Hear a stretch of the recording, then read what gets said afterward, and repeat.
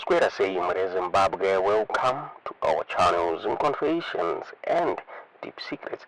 Kana karige kutanga kukuya paneno channel, please don't forget to subscribe. Kana uchingwa subscriber, don't forget to comment and share this video. Nasima Zimbabwe takwigirai nyabulitswa ne the newsworks. The newsworks yabuda chitaura the reason why President Emerson Mnangagwa varukuda the third term Zimbabwe abuditsa inati kuwenga kanzi why Mnangagwa wants term extension in power. So it's President Emerson Mnangagwa, who has been in government since 1980 and at the helm of state power since November 2017, is desperate to cling on beyond 2028 when his mandatory 2 terms end because of coterie of reasons. And the insatiable love for power and the domino effect of being a student of the late leader Robert Mugabe, who ruled over 37 years, have been cited as some of the reasons why Mnangagwa wants to hold on, and the desire for longevity. Close sources in the know of Mnangagwa's current state of mind and thinking revealed a number of reasons why the 81-year-old leader wants to exceed his constitutionally mandated 2 terms. The first reason is his desire for longevity. This is not surprising because he is the late Robert Mugabe's student. This is the legacy of his association and grooming, as senior SANU-PF officials said.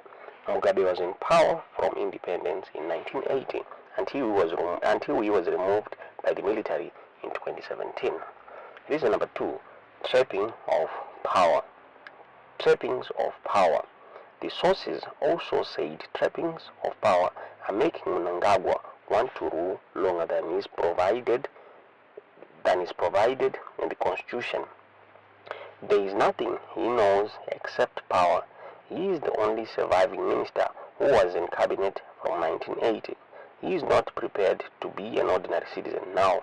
He loves power, as can be seen by how happy he was to assume the rotational SADC chair, said another source. Besides, he fought long and hard to be president, particularly with a faction led by the late General Solomon Mujuru. He also battled former Vice President Joyce Mujuru, also the general's death, and eventually took power in a coup. After independence, Mnangagwa held a series of senior cabinet positions under Mugabe from 1980 to 1988. He was the country's first Minister of State Security and oversaw the Central Intelligence Organization. Mnangagwa was Minister of Justice, Legal and Parliamentary Affairs from 1989 to 2000, and then Speaker of Parliament from 2000 until 2005, when he was demoted to Minister of Rural Housing for openly joking to succeed the aging Mugabe. Mnangagwa bounced back to favor during the 2008 general election, in which he ran Mugabe's campaign as his chief election agent, orchestrating political violence against the opposition movement for democratic change, then led by the fiery Morgan Tsvangirai, now late. Mnangagwa then served as Minister of Defense from 2009 until 2013, when he became Justice Minister again. He went on to be appointed first Vice President in 2014 and was widely considered as the leading candidate to succeed Mugabe. Although Mnangagwa's ascendancy was opposed by Mugabe's wife, Grace Mugabe, in the Generation 40 political faction, he became president in 2017 after a military coup. He controversially won the 2018 elections and secured his second term after again controversially winning the 2023 elections. As a cabinet member since 1980, Mnangagwa has enjoyed unfettered freebies for the past 4 decades. Reason number 3, benefits as head of state and government. Our sources say another reason making Mnangagwa want to stay longer is the unease of losing benefits that he is receiving as leader of Zimbabwe. Mnangagwa enjoys hefty tax, tight security, and feeds from the government. Why Mnangagwa wants term extension in power is because he basically gets whatever he wants for free. And the reason number 5, incentives.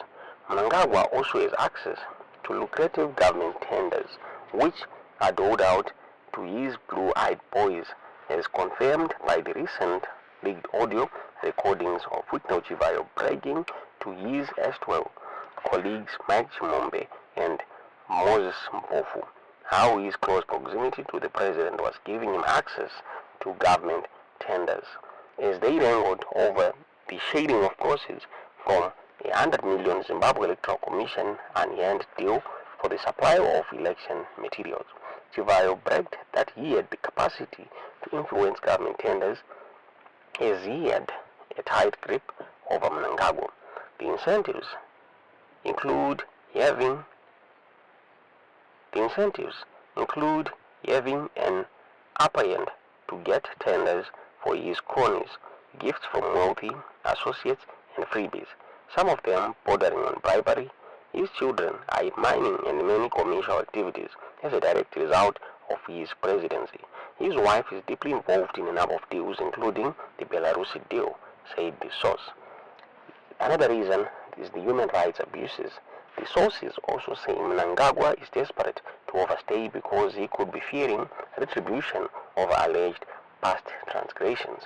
Mnangagwa's alleged role in Gukurahundi massacre, in which 20,000 Muslim Ndebele civilians were killed by North Korean-trained 5th Brigade in the Midlands and Matabeleland regions during his tenure as State Security Minister, is well documented. The sources say 2008 pre-election abductions, killings during the 2008 election rerun, and the murder of protesters by the army on 1 August 2018 in Harare, as well as a series of other human rights abuses, could be another source of unease. After Mnangagwa lost elections to Tsvangirai, Mnangagwa was instrumental in retaining his then boss in office after brutal campaign. These also include fresh cases of arrest and detention of human rights defenders and dozens of other opposition activists. Another reason is fear of corruption cases. Since Mnangagwa's ascension to power in 2017, many of the companies that have signed mega deals with Zimbabwe have either been connected to him, his family, or cronies in government. Nothing much has come out of the deals, partly because of the questionable track record of the investors involved. During the start of his tenure, Mnangagwa claimed he had clinched 11 billion worth of business for the country.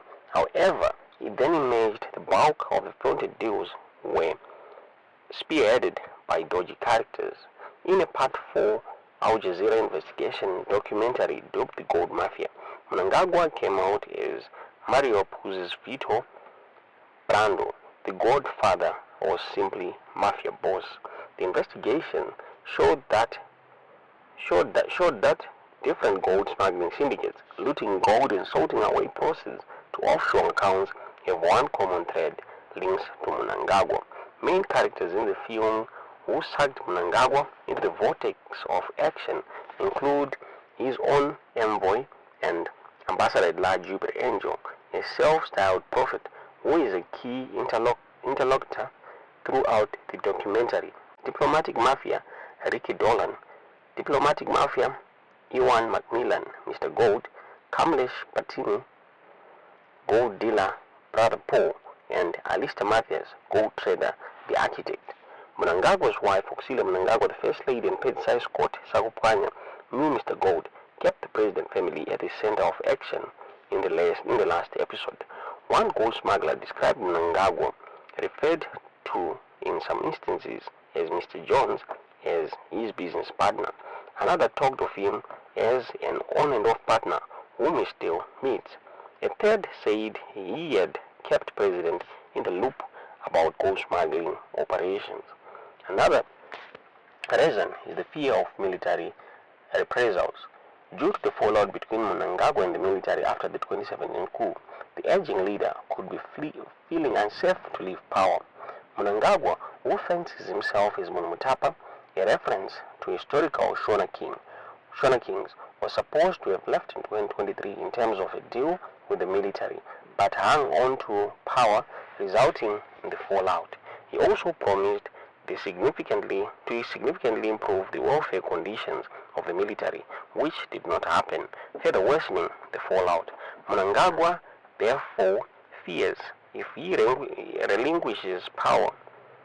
If he relinquishes power, there could be reprisal from the military. Ndonya yakabuditswa News Works for Zimbabwe vachita ma reasons why Mnangagwa ada kuextenda his term. Tingazive kuti munoona sei nyaya iyi, tiudze zvamunofunga mu comment section.